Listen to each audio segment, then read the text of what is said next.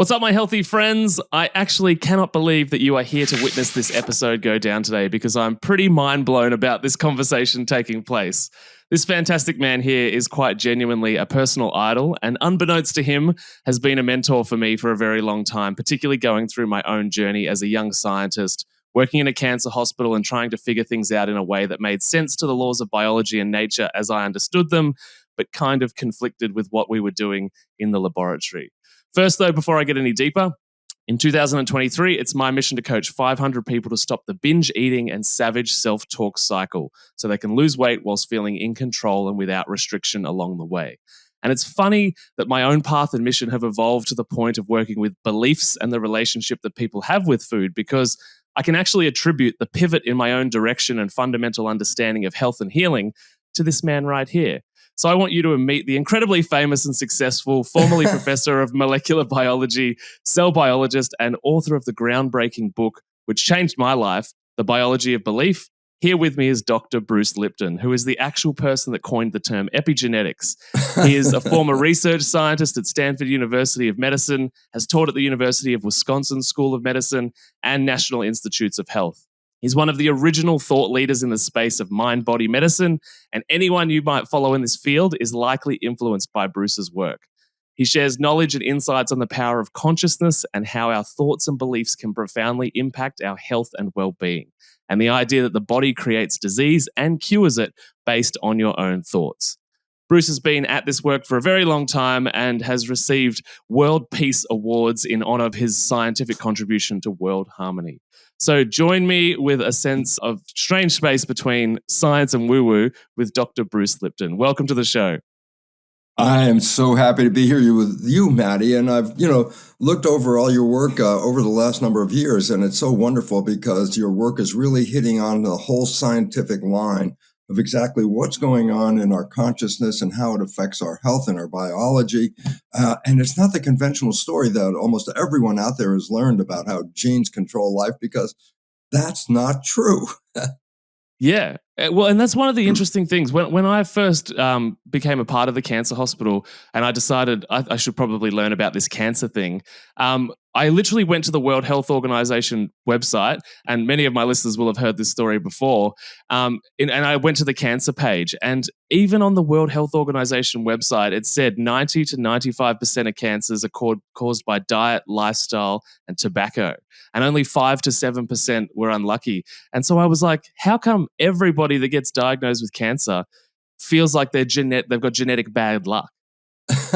Well, of course, that was the education we provided. And the significance is there was a revision, and you mentioned the concept of the new science called epigenetics, which was, established as a reality in 1990.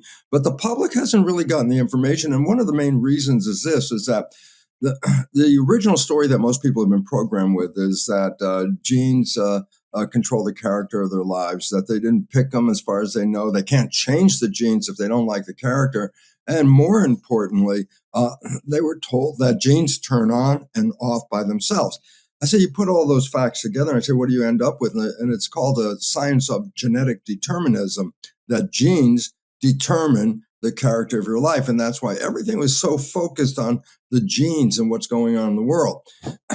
Little fact on the inside, less than 1% of disease is even connected to genes.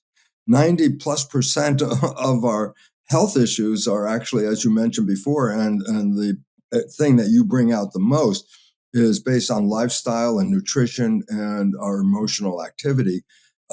And so the belief that most people downloaded, I'm a victim of my heredity. And I go, in 1990, the new science epigenetics was established, and epi means above. So let's look at the old story. This character is under genetic control, meaning genes control the character. Mm-hmm. But today we say this character is under epigenetic control. I say, well, it sounds the same except for the epi. And I go, epi means above.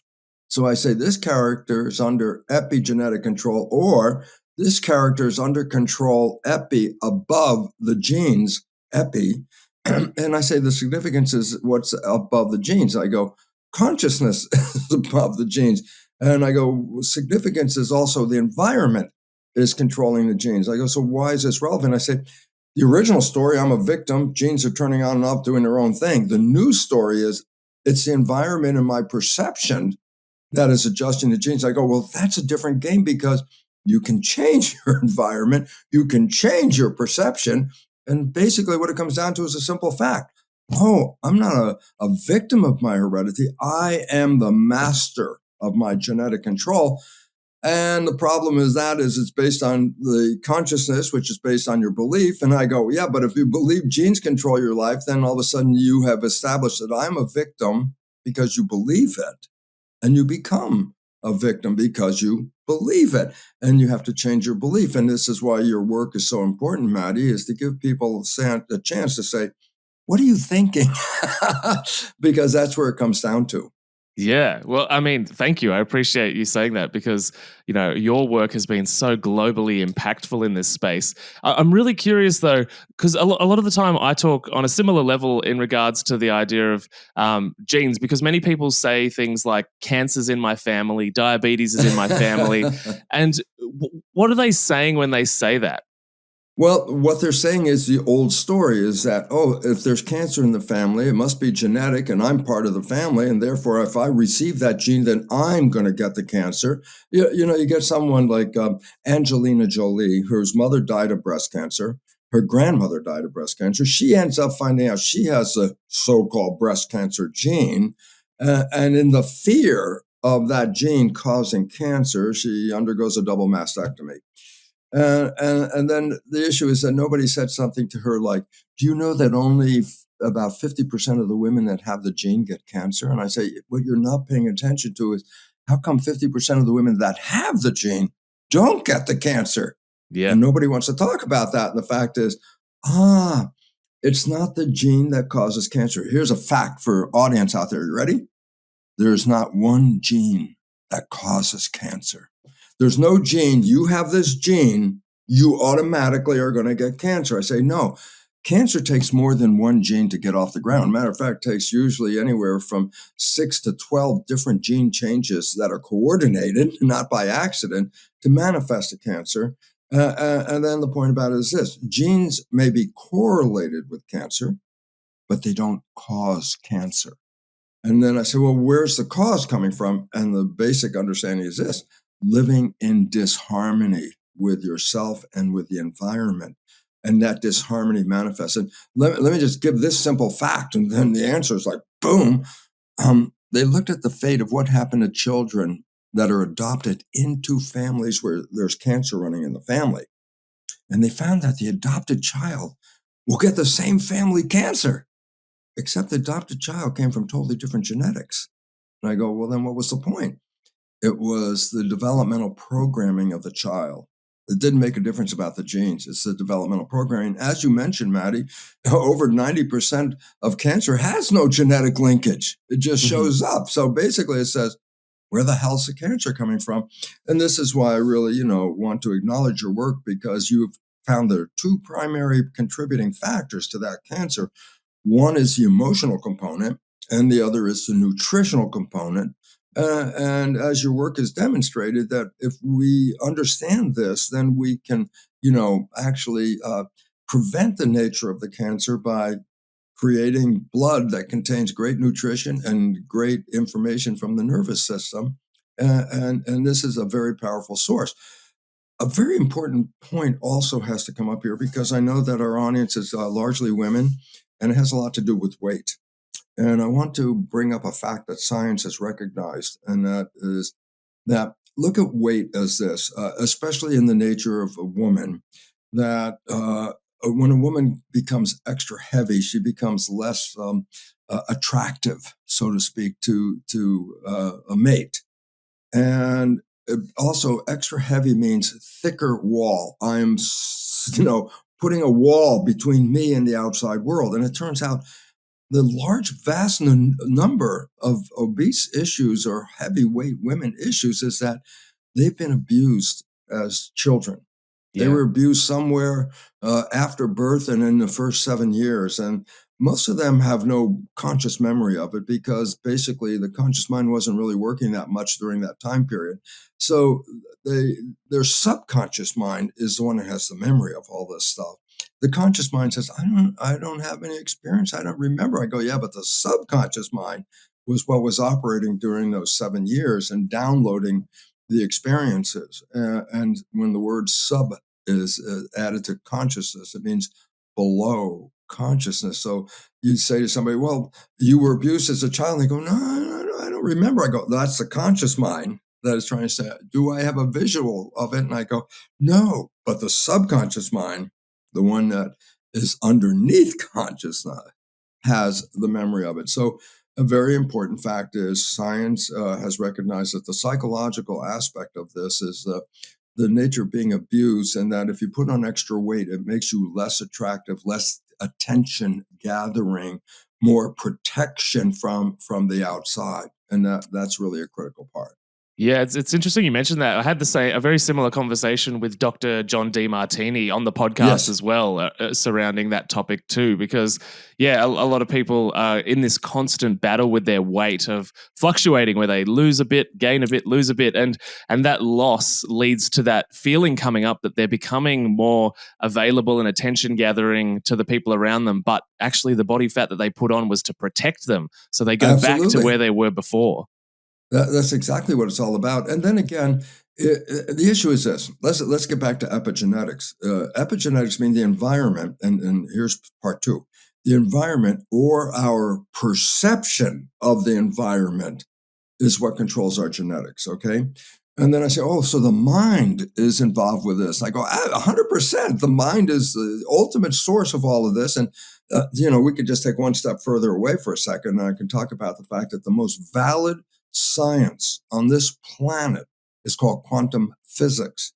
I go, so what's relevant? And I go, principle number one from 1927, from the day that it was theoretically conceived, it was recognized that consciousness is creating our life experiences. So all of a sudden it says, oh my goodness, and our consciousness and our vision is from the mind is shaping us. And I go, yes, that's true. And then all of a sudden I say, but now here comes the problem.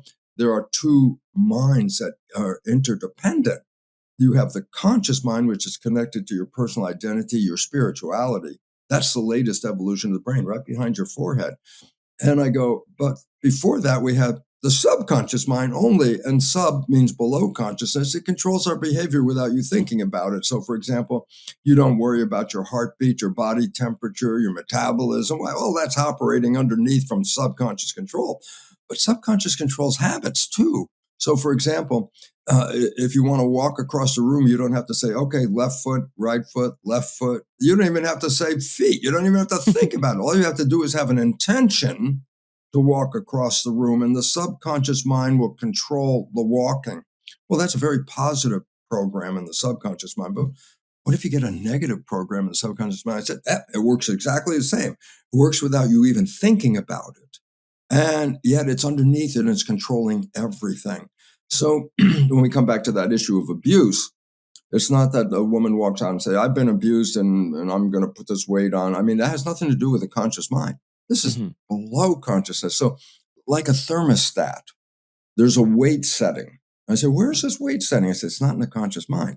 It's in the subconscious mind. The subconscious mind determines, maybe I need more weight because I need more protection.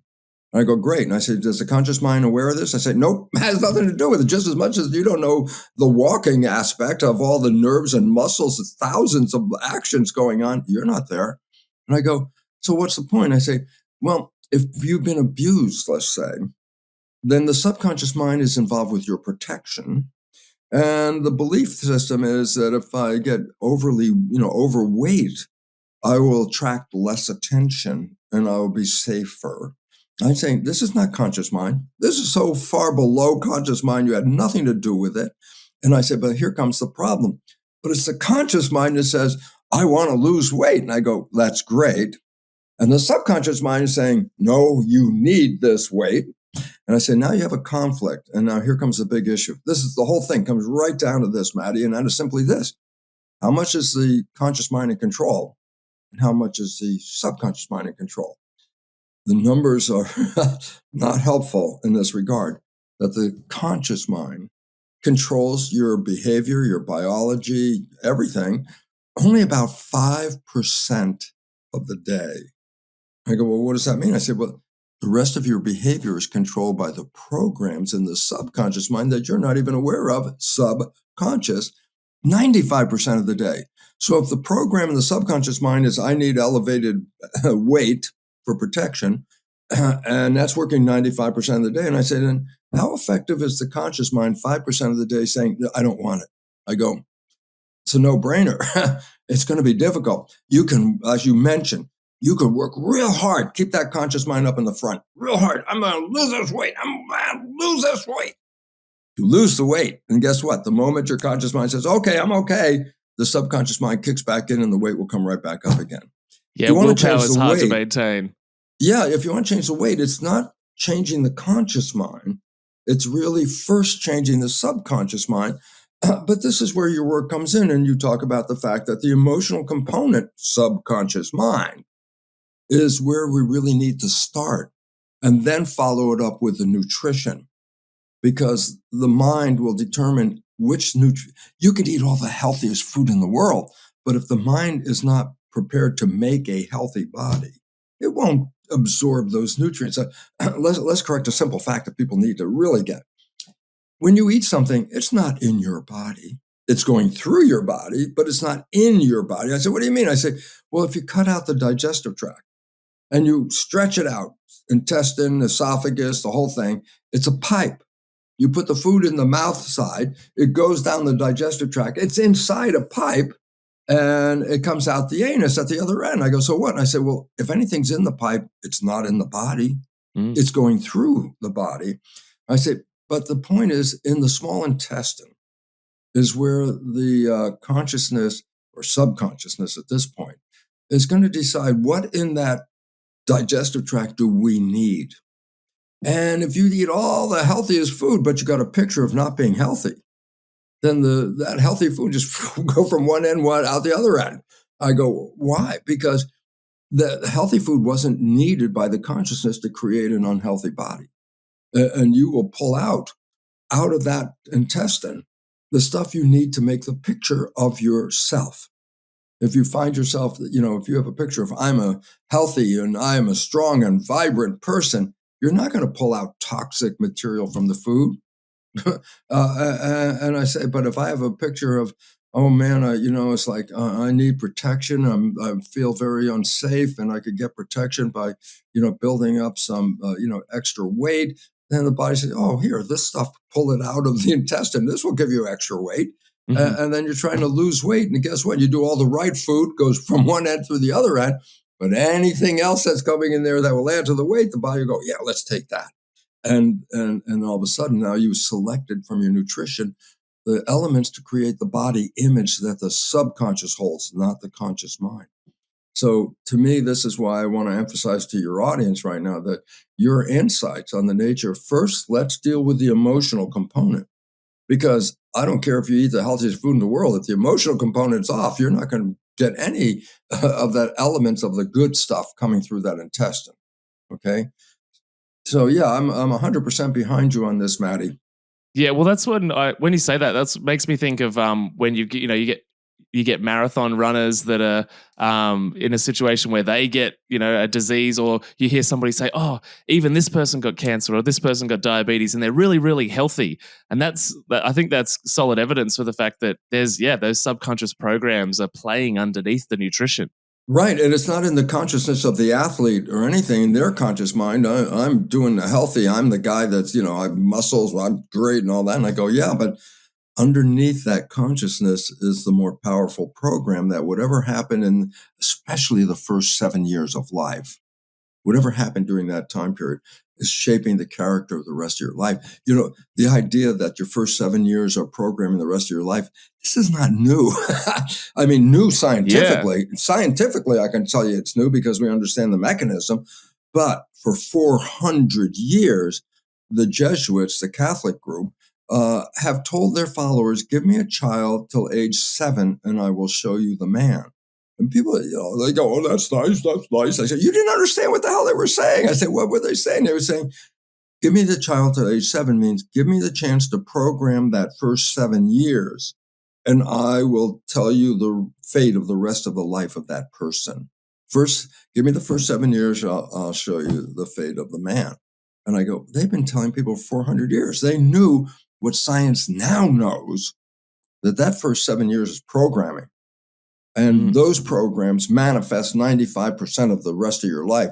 And so whatever happened that first 7 years is so profoundly important in shaping your life. And I go, yeah, but this programming started actually before you were born, in the last trimester of pregnancy. That's why a pregnant woman's diet, for example, because she's putting nutrition into the blood, and the blood is going to the fetus. The fetus gets a taste for that diet even before it's born. So, that it's learning, oh, this is a diet. This is what we do, okay? So the issue about it is the programming started before we were born. But then it goes big time from the moment we're born. And I say that a brain of a child is in a state of vibration. Vibration, when I talk about, and you put wires on a person's head, it's called electroencephalograph, and we read brain function. There are different vibration levels. That the vibration level of a child under 7 is predominantly in a vibration zone called theta. And theta is imagination. So children under 7 mix the real world and the imaginary world, their playtime. They pour, I always talk about the great tea party where they pour nothing into the cup, they drink nothing, and then say that was the best tea I ever had in my life. Or the child on a broom who is saying, no, this is not a broom, it's a horse, because in their mind, it's not a broom. They're mixing imagination and reality. It's a horse. Excuse me. So the mother says, give me the broom. And the child's like looking at her like, what are you talking about? It's not a broom to that child. That's called theta. Okay. But theta is hypnosis. And I go, why is that relevant? And I say, for the first 7 years, a child's brain is observing the parents, the siblings, and the community and downloading other people's behaviors. Why? Well, a couple of reasons. Number one, the brain is a computer. I go, yeah, it is. And I said, well, in the old days, you get a computer and you buy it and you bring it home and you push start and it boot up, the screen lights up. And I say, do something. And then you go, I can't. I say, you got a brand new computer. What do you mean you can't do something? You say, oh, first, I have to put program. And then once I have the programs in, whether it's a web search or Word or drawing or whatever it is, once the programs are in, then you can use this. I'm going, it's exactly the same for a child's brain, that it boots up in the last trimester of pregnancy, but it still needs the programs to operate. And it gets programs for 7 years by nothing more than observing the world and downloading. And the point is very simple. How many rules do you have to know to be a functional member of a family and a functional member of a community? I go, there's thousands of rules. Yeah. So how's an infant going to learn thousands of rules? They can't read a book. They can't go to school. I go, no, nature took care of it. It said, you'll download the rules by observing others. And I go, so then the programs, and this is the critical part, then the programs in your subconscious mind that you downloaded didn't come from you. They came from observing other people. And so most of your behavior is not coming from your wishes and desires. That's conscious mind. It's coming from the programs that were downloaded in the subconscious. And that's operating 95% of the day. So the significance is, well, then the shape of our life was determined by those experiences. And then now comes the problem with the people that we're going to deal with. And I say, what is that? I say, they cannot tell you the experiences they got for a whole year from 0 to 1. Okay, tell me what you learned. I say, you were downloading every day for a whole year. What did you learn? The idea is, I don't know. My conscious mind wasn't there. So I say, oh, you got a whole year of download. You didn't see it. I go, yeah. And then another whole year from 1 to 2, you were downloading every day. Tell me the programs you got. You go, I don't know the programs. Why? You weren't conscious. And pretty much the same for 2 to 3. So all of a sudden I say, the fundamental behaviors that are operating in your subconscious, and they're operating 95% of the day, you have no conscious awareness of. You have no idea what the hell those programs are. Why? Because let's get to this point, and then I'll get quiet so we can get to a serious issue. the point is this: why is the subconscious controlling us 95% of the day? I go, well, the conscious mind, which is the creative mind and can control you, when it thinks, it's not looking out. The conscious mind's attention is looking in. So if you're driving down the road and you're paying attention to conscious mind, you say, oh, yeah, we're going down to the store and I'm going to turn right and blah, blah, blah. And I got the plan and this is what we're going to do. And I go, and all of a sudden you start thinking, you say, well, at the store, I'm going to get blah, blah, blah. And I say, the moment you started thinking, the conscious mind was not looking out the window because the thought is on the inside. So the conscious mind flips around, is now looking inside for what I'm going to do at the store. And I go, well, then who the hell's driving the car?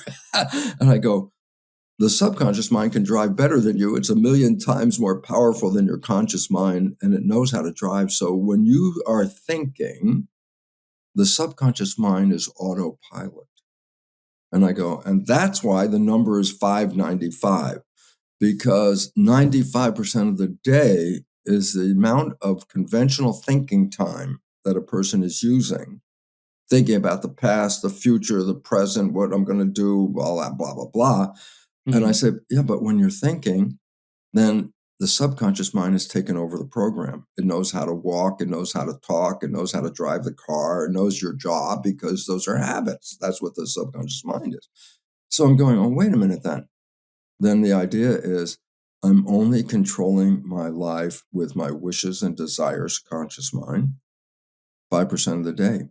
And I have a weight issue. And I'm going to say, okay, I'm going to lose weight. And I go, and how much of the day is your body being controlled by that wish? And I go, about 5%. I go, that's why this hardship of saying, I'm going to go on a diet and I'm going to lose weight. And I go, the moment your mind starts thinking, the subconscious will kick back in and its program's got the weight set. So as you've talked about, Matty, you want to change the weight, you better start looking first at the setting of that weight, which is not in the conscious mind. Conscious mind has no memory of any kind of abuse that could have happened in the first few years of your life because there was no conscious recognition.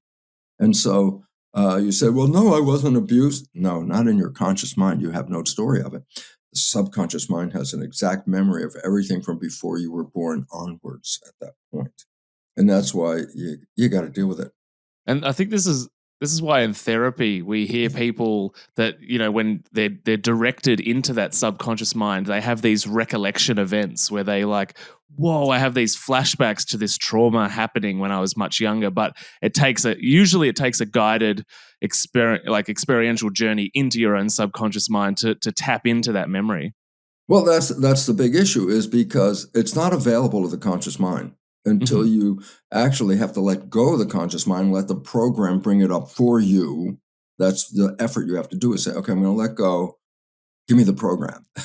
But if you're going to try to say, okay, I'm going to look in there and look for the program, I'm going to say, well, you're not going to see anything because there was no conscious recognition of those events. And so the conscious mind cannot connect to any experience because it wasn't there working when the experience was manifest. So we spend the first 7 years being programmed, and then arguably the next 80 trying to deprogram.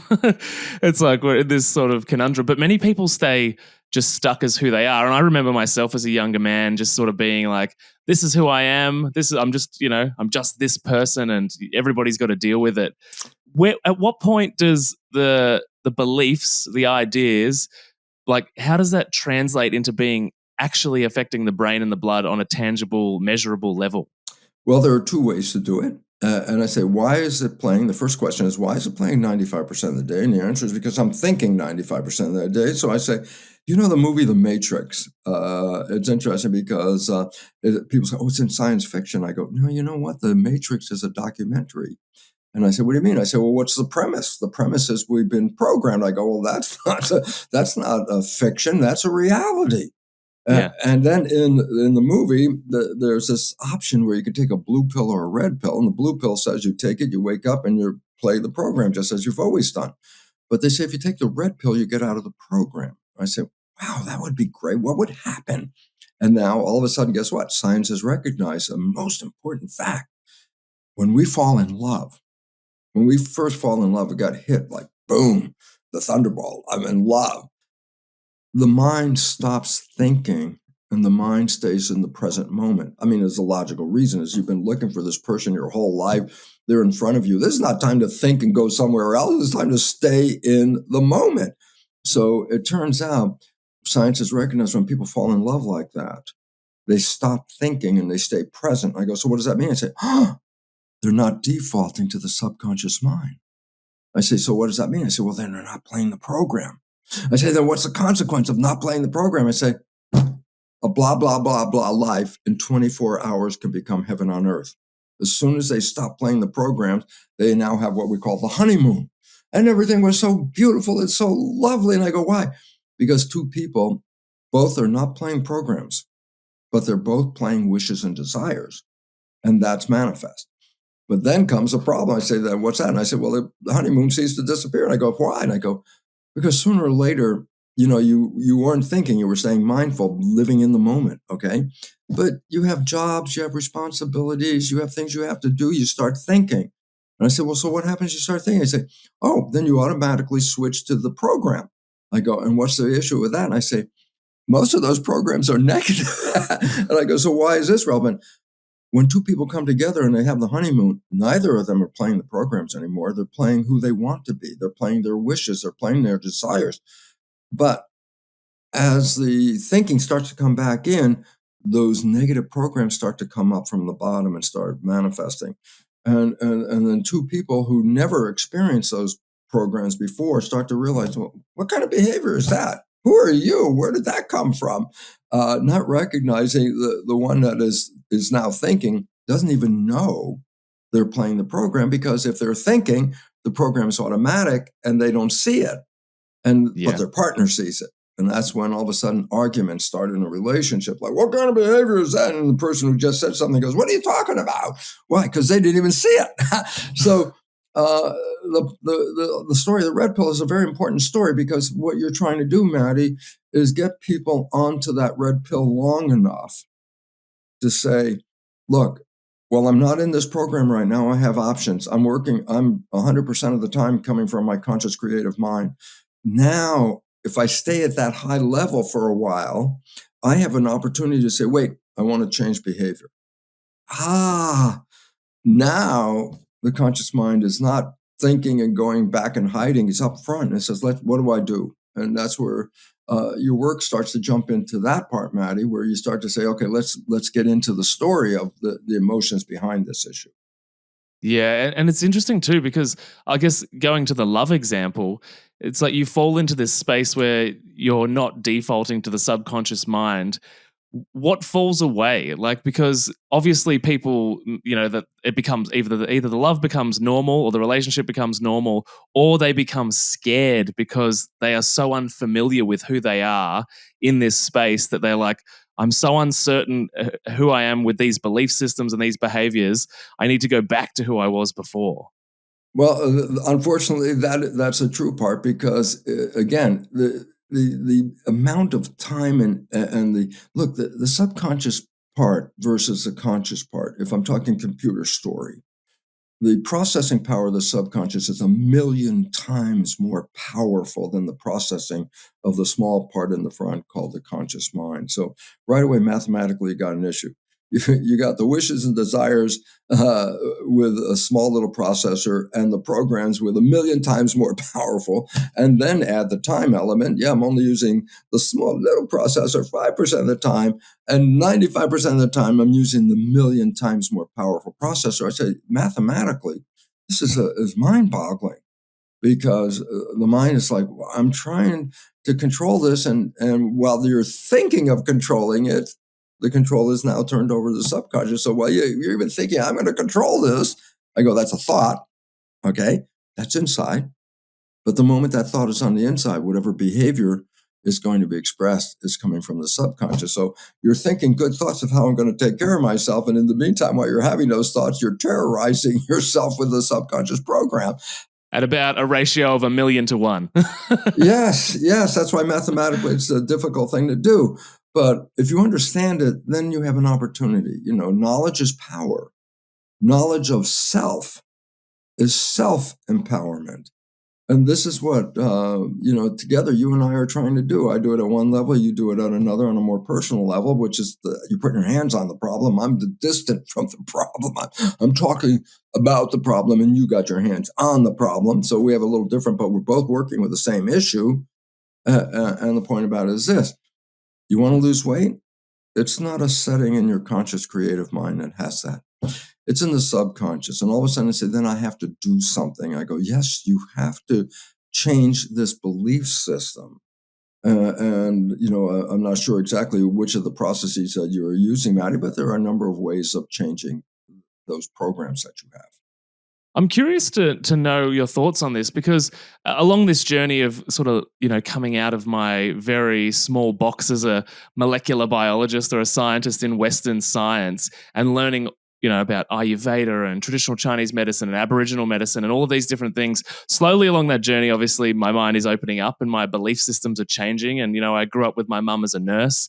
And so one of the things that's really coming into the conversation now, this year particularly, is plant medicines. And so I often say to people that there's only a couple of ways that you can really shock your system into changing those subconscious programs to think differently. It's usually a diagnosis. Many people will be shocked into behavior change or lifestyle change.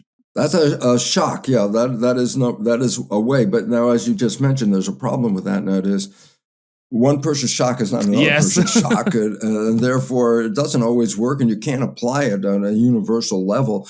A shock is only a personal thing that hits them in their personal world, but it's not a prescription that I could carry out and say, I will now shock you. You can't do that. It doesn't work that way. Totally. Or the other one is like the death of a loved one can really, frighten people into making their lives and their beliefs different and showing up differently for themselves. But this conversation around plant medicine is coming up because there's states in the US where it's becoming legal. The TGA here in Australia have changed the status of MDMA and psilocybin. And possibly those tools, which have been used in cultures for thousands of years, are ways to access this subconscious mind. That's the way it's always been. A coming of age for many cultures was to take a plant medicine to say, look, you're more than this body. And the plant medicine puts your consciousness into like overdrive and it's like, wow, what's going on? And you get to see the world in a completely different way. Like you let go and let the consciousness show you stuff. And it's very exciting. It might be scary for some people, but it's a very exciting opportunity to experience like, oh my God, there's much greater me than what's in this place right here. And that once you become aware of that, then it's an empowering factor that says, I never included that in my understanding of how life worked. Now that I've experienced it, I go, can I use that? And the answer, of course you can. That's why it's used, especially as I said, as a coming of age process for many cultures. When they hit teenage or just before teenage, they give them a mushroom or ayahuasca or some trip like that. And that individual then realizes there's more to me than this physical thing right here. And that opens up their mind to say, well, wait, if there's more to me, then what? Tell me more about this other side, because that can influence the physical side. Yeah. We were also talking before we hit record about the fact that the death rate of Western populations is contributed to significantly by the pharmaceutical and medical establishment. Can we talk about that a little bit? Well, we can, because it's not like an opinion. It's like, give you an idea. And I say, no, this is a scientific reality and published in scientific journals, but not just any scientific journals. The data we're going to talk about in a second is published in the Journal of the American Medical Association. This is the doctor's journal, okay? It's also in the British Medical Journal, again, a doctor's journal. They both have articles that describe the fact that allopathic medicine, conventional medicine, is the third leading cause of death in the United States. And I think 1 out of every 5 deaths in Australia I think 20% or so, is also due to medical practice. There's a Latin name, so people don't understand which, oh, he had iatrogenic illness. I go, what the hell is iatrogenic illness? I go, it's Latin for the term of illness as a result of medical treatment. So all of a sudden I go, oh my God. Instead of saying iatrogenic, you say medical treatment is the third leading cause of death. I go, well, that's a fact. And not established by me or weirdos and new age people. It's a fact established in the mainstream scientific journals for medical people. And I go, wow. I go, why is this relevant? And I say, well, the first study that revealed that was in the year 2000. And you think, oh, maybe we should do something different. And that was from Journal of American Medical Association. But the research was redone in 2016, 16 years later, by the British Medical Journal, and came to the exact same conclusion that iatrogenic illness is the third leading cause of death, which is medicine. I say, well, why is this significant? I say, what do you mean? Why is this significant? If the healing industry is causing the third leading cause of death with cancer, the first one is cardiovascular disease, leading cause of death. Second one is cancer. The third one is iatrogenic illness. I go, maybe you should pause and think about this, that the healing industry itself is the third leading cause of death. What does it mean? Their insights and their knowledge is not keeping up with modern science. And having been a researcher in a medical school and a professor in a medical school, I can tell you from practical personal experience is that medicine is manipulated by the pharmaceutical company. And I go, why is this relevant? Because, well, if you're in a medical school, man, pharmaceutical companies bring all the donuts. They give vacations to medical doctors, or they say, oh, we're going to pay for you to go to Hawaii to be in a convention. They go to Hawaii, they don't show up. They're just having a great time. And I go, there are payoffs. They've been this way for years. And corporate payoffs in every level today are greater than they've ever been before because we're not running from a kind of a government of a democracy anywhere when corporate control overreaches the people in the world. And so we're in a corporatocracy, and the pharmaceutical company is only number two behind the military corporates is the pharmaceutical corporates, biggest amount of money in the world, really. And the point is simply this. What if I could heal you without drugs? And it's like, the pharmaceutical company goes, oh, don't tell them that, because they suppress this. It is suppressed. Yeah. And I'm very upset about it because, of course, in the recent COVID story, I want to give you a quote because it's a really great quote. And it comes from a physicist, a famous physicist by the name of Richard Feynman. Famous physicist. And I love this quote because he said, I would rather have questions that can't be answered than answers that can't be questioned.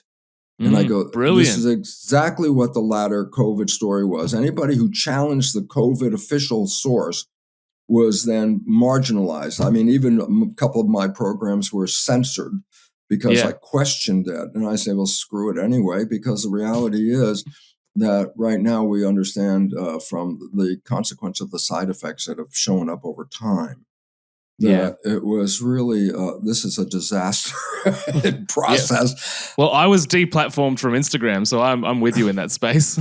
You see, and it's exactly, this is the problem, because it's like, you can't question it, then it's not science anymore. Now that's an autocrat saying, that's it, you believe what I say, and if you don't, you could go to jail. And I go, it's like, whoa, that's not science. And now that we can see the long-term consequences of this, it's like, never in the history has heart attacks been associated with young boys and men.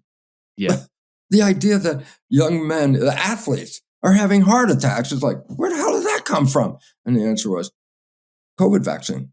Okay. And women are having issues because it affects their reproductive tracts. And so I'm saying, the spin-off, and I'm going, so what's the issue? And the issue is we have been programmed and we have lost our power. And if you can't question anything, then all of a sudden there is no power to the people anymore. And in fact, if you think about it, the consequence of the COVID period was what? Separating people. Don't gather together. Don't communicate with each other. Put a mask on. Stay 6 feet apart. Let's give an important point right here. People only have power in community. If there's no community, people have no power. And COVID was a breakdown of the community on the entire planet, where behavior was controlled by a handful of people that determined what they wanted us to do. And in the hindsight, now that we're looking back, it was like, oh my God, we got screwed. And people are still paying the price for this. And it's like, we have to be able to talk where we can be free. Matty, you and I both know that not that long ago, this was not an option for us. We couldn't say the things we just said without having the police knock on your door. Yeah. Well, and I think as well, what's happened over the last few generations is that, to tie this in with the conversation we're having about subconscious belief systems, is that we've got multiple generations now that have subconscious programming that medicine and seeing the Western medical doctor in its current setting is the only way to heal. Well, if you appreciate the fact that the third leading cause of death, it's like, if you want to ignore that, hey, they're doing a great job. I don't think we should ignore the third leading. If they were the 20th leading cause of death, we say, okay, but the third, no, it's time for us to stop and think about that one for a while. Yeah, it really is. It really is. Bruce, I've loved having you on this podcast. Like, I still can't believe we're having a conversation in real life. This is amazing. But where can everybody find all of your stuff online, on the internet? Where do you want to send them? I would just send them to one simple site where everything we've talked about is freely downloadable in the form of videos, podcasts, written articles, are all available on my website, which is very simple, brucelipton.com. And under resources, there's many different ways of how to reprogram that subconscious mind that has taken us off the track and and allow us to program it the way we want. And it's interesting because I said the honeymoon was an experience where people stopped playing the program and then started using their conscious mind as their creative control. I have to say, it's very simple. When I grew up, remember I told you that the first 7 years you're in a state of hypnotherapy and that you watch your parents and family and community and download. Well, my father and my mother had a very dysfunctional relationship. I go, so what? And I said, well, I was a kid and I was downloading my father's behavior because I was watching him and just unconsciously recording it. And so then basically it says, well, my relationship behavior really sucked because it was being, programmed. I couldn't get a relationship off the ground for over 40 plus years until I understood the nature of the program, just as much as trying to change weight. Okay. Mm-hmm. My program was preventing me from manifesting a love relationship. Once I understood this, and like your work is so important in doing, is, well, then change the program. I was able to meet my wonderful partner, Margaret. And that was 28 years ago. And the interesting part was when any of my negative programs would show up because of my father's programming, 95% of the day, I would play some of those behaviors. Instead of getting into an argument, we had a great opportunity to say, well, you want to change that behavior? I go, yeah, I didn't even see it, but I'd rather change it. And we, I worked on changing my behaviors to that extent to what? I've been on a honeymoon with Margaret for 28 years, a new world, a new way of life, 28 years of honeymoon, heaven on earth. And I say, how did it get there? And I say, first, I had to change the programming and then start living a healthier life. And so exactly what your efforts are involved with are exactly the process that allowed me to switch from that negative life experience for over 40 years into the last 28 years. Wow. It's incredible. What a great opportunity to be here and enjoy heaven on earth every day. It's fabulous.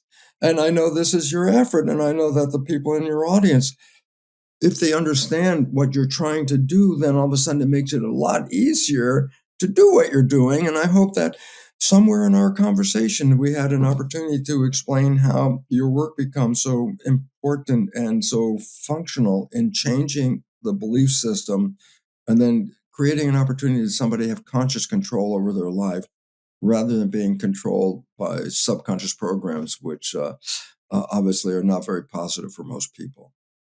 Yeah, thank you so much, Bruce. It honestly means so much to have you as a supporter of my work and say all of those kind things. So yeah, it really, really touches my heart. So I'm very grateful for you saying that. Well, I'm grateful because the only way we're going to evolve out of the chaos that's in the current world is if the people take their power back. Yeah. And since they don't even know they don't have the power because it's lost in the programming somewhere, until they become aware, the planet is going downhill at this moment. That's why there's chaos all over. We're not sustainable. Yeah, it's interesting. The U.S. has been number one in a lot of things. In the last 20 or 30 years, number one in things we don't want. Number one, the number of prisoners that we have. Number one, the most poverty.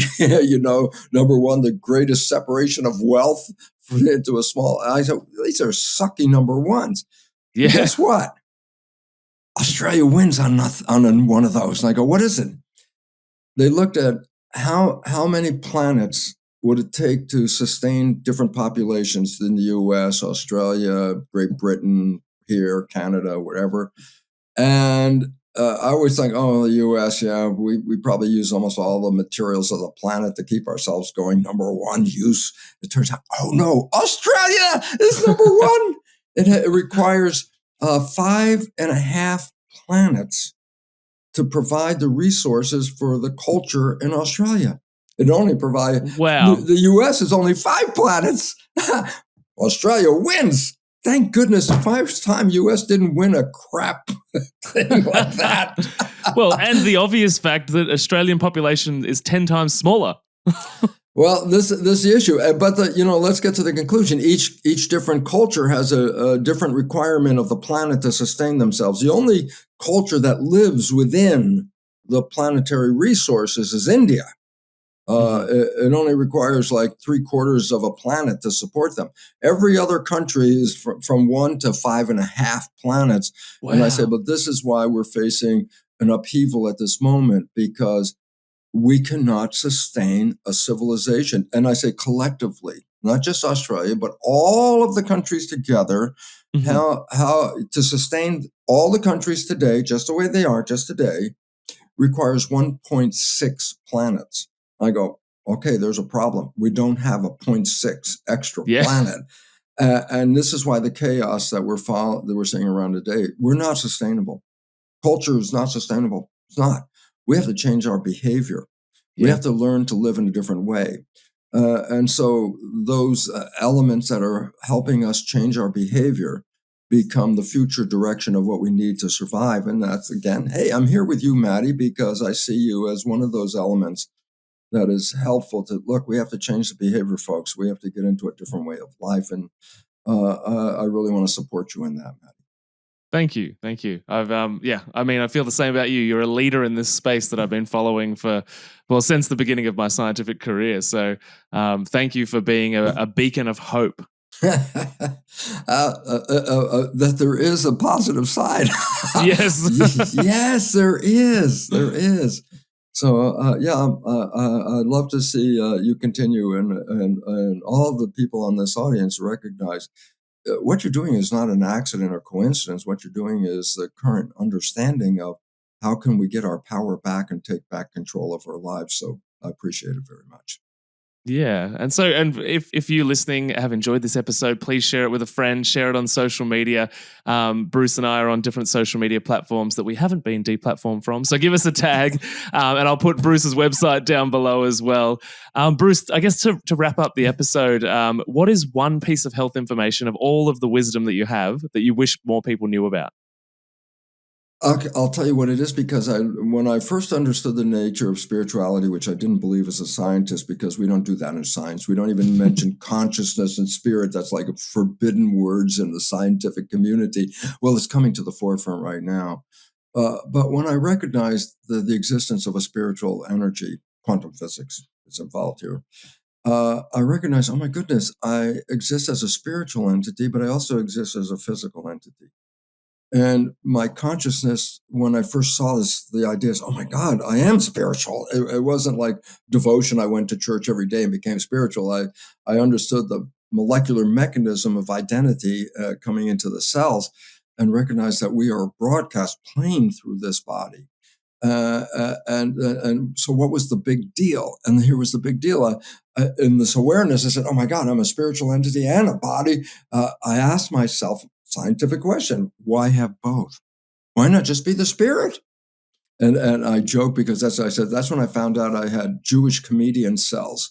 I go, what do you mean? I said, I asked a question, why have both? And the cells answered with a question. They asked me, they said, Bruce, if you're just a spirit, what does chocolate taste like? And now, if you understand that, you might have to think about this for another 20 minutes here, but it's the most profound thing in the world, because it said what? The body is an enhancement to our consciousness. It takes the energy and combines it to make vision. It takes the energy to make feelings like love. It takes the energy for sound to be understood, or taste. The body is translating the environment so that the spirit energy has an experience of sight and sound and taste and feelings. And I said to myself, oh my God, I have been shutting myself off from all these sensory inputs.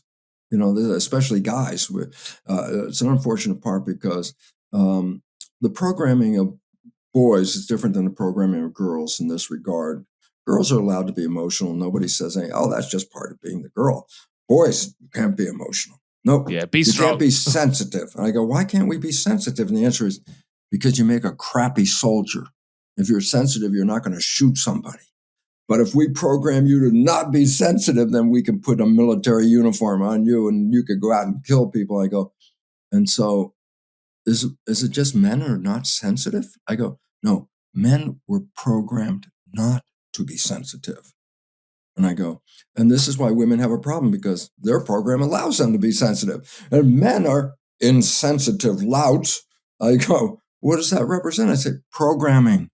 And I saw this programming in myself, and I said, wait a minute. I've been separating myself from the reality of emotions and love and feelings and all that kind of stuff. Why? Because I'm going to be insensitive, And then that wake-up call said, wait, change. And I have to say, being sensitive is one of the most wonderful things on this planet, because it determines the things that you like from the things that you don't like, and then you can choose what you want. And all of a sudden I say, well, then I'd rather choose the great life of love and joy and pleasure and all this stuff and avoid that. And I changed my life, and now I live that life. And, again, I think this is the lesson that you're also trying to help people with. Get out of that program that has victimized you and start living into the program that you desire. Because then you become empowered. Yeah, I relate to that story so much as a man of, with having a wake-up call and becoming more sensitive and moving towards the emotions that were there, just suppressed. Yeah, and it's fun. Yeah. Yeah. All right. So much more meaningful experience. It totally is. Thanks, Matty. You're so welcome. Anyway, thanks so much for being here, Bruce. I've loved it. I want to have you back. I know the audience is probably, their brains are melting right now, but I'm very grateful for your time. I appreciate the opportunity to talk to your wonderful community, because I love to see them rise up, because the more people that awaken, the more we can return this back to the heaven on earth that we inherited when we got here. Beautiful, beautiful. Thanks, Bruce. We'll see you really soon. Thanks, Matty. Talk again sometime, Dave. Bye.